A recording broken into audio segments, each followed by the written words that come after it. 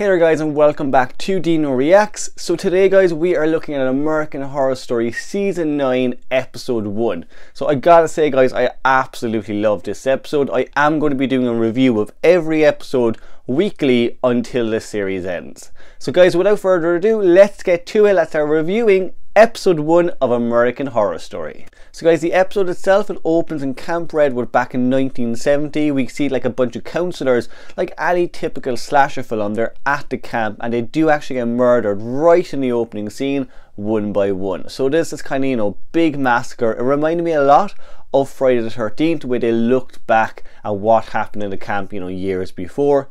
I did really enjoy that about it. I thought it was a great opening for this season. It put you right in the slasher feel and the slasher mode of what we were going to get. From there guys, we get a really good intro. So the intro song this season I absolutely love. It looks amazing, it sounds amazing.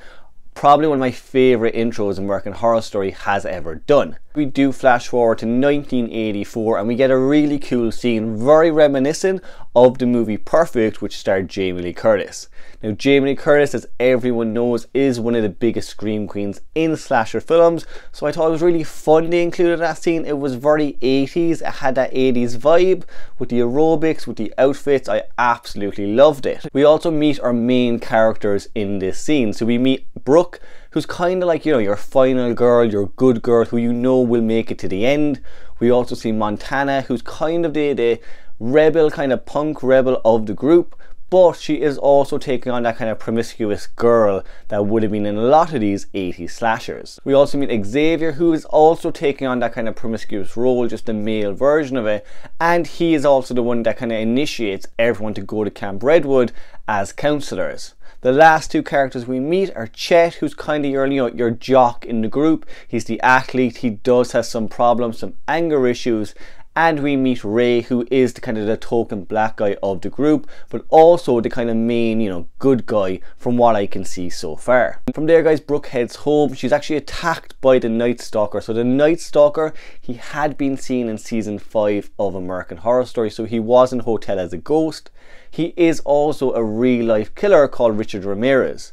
So it's fun to see that character again. To be honest, I was surprised to see him because we were kind of led to believe that Mr. Jingles, the character we've kind of heard about in the posters and the trailers, things like that, would be the main serial killer. But then again guys, this is American Horror Story. It is based on slasher movies, so American Horror Story is kind of known for throwing everything at the wall at times, so why not have multiple killers? So guys, as our counselors are heading off to Camp Redwood, we are introduced to a lot of horror tropes. So first we get the crazy Ralph type character. You would see him in things like Friday the 13th. He is played by Patrick Swayze's brother. I know a lot of people have said that, but I thought it was a fun little inclusion to have him in there. Straight off the bat, you know, it gives you again that slasher feeling. So he kind of warns them about the camp as you would expect. They don't take his warning and they head off again. From there guys, they actually knocked out a hitchhiker, which reminded me a lot of the Texas Chainsaw remake. Even the original version I thought was quite cool, and they do bring his body, he's still alive, but they bring his body to the camp. Now I will say guys, when we are introduced to Camp Redwood, it is almost like a character itself. I gotta say, I absolutely love this camp. I love the aerial shots they did of it. It really showed off the camp itself, as well as the lake and the surrounding areas.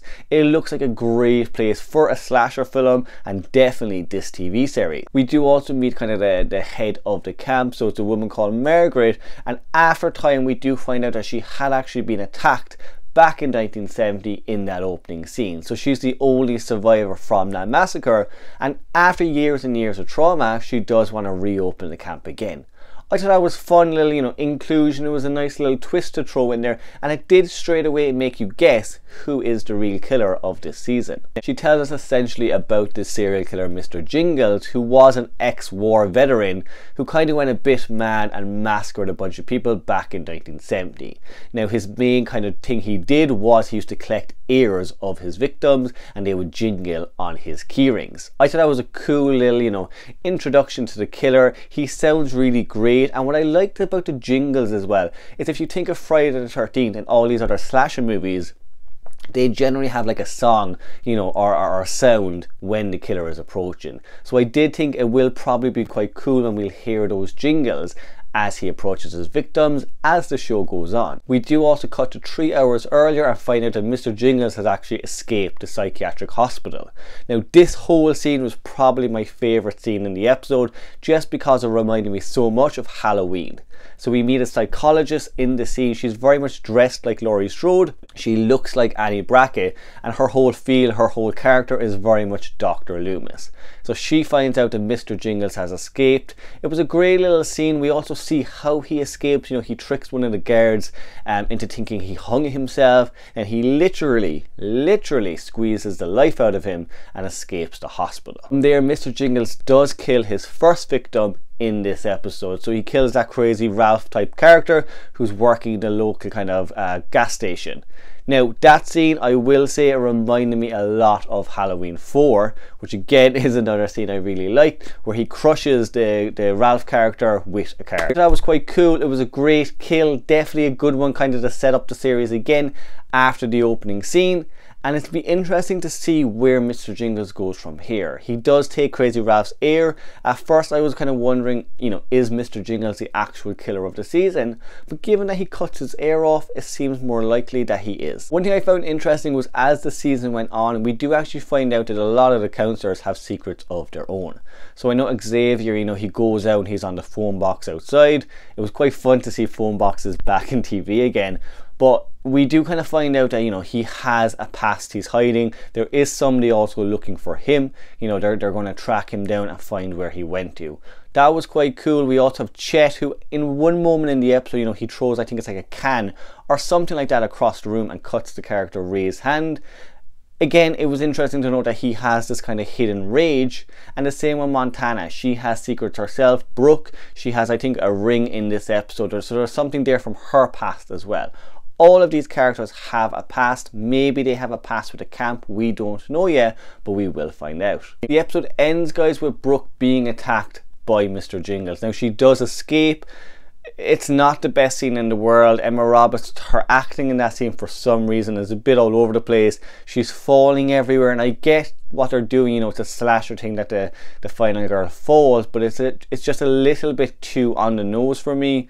When she does finally escape, none of the other counselors believe her, which again is a very slasher thing to do. I like that about it. What I didn't like was later on, at the very last scene of the episode, the phone box starts ringing outside. Now Brooke, knowing full damn well she saw a body, she also got attacked by a serial killer, she goes out to answer the phone box. Not sure why she did it, but the episode essentially ends with the Night Stalker being revealed that he's followed her to the camp, and it cuts to black. Overall, guys, I loved this episode. I thought it was great. It was very much, you know, a slasher type film. It reminded me of every different slasher film I've seen through the years. You know, we had Friday the 13th references, we had Halloween, Texas Chainsaw Massacre, we had I Know What You Did Last Summer. There was a lot in there. Even the perfect reference, just going back to the 80s.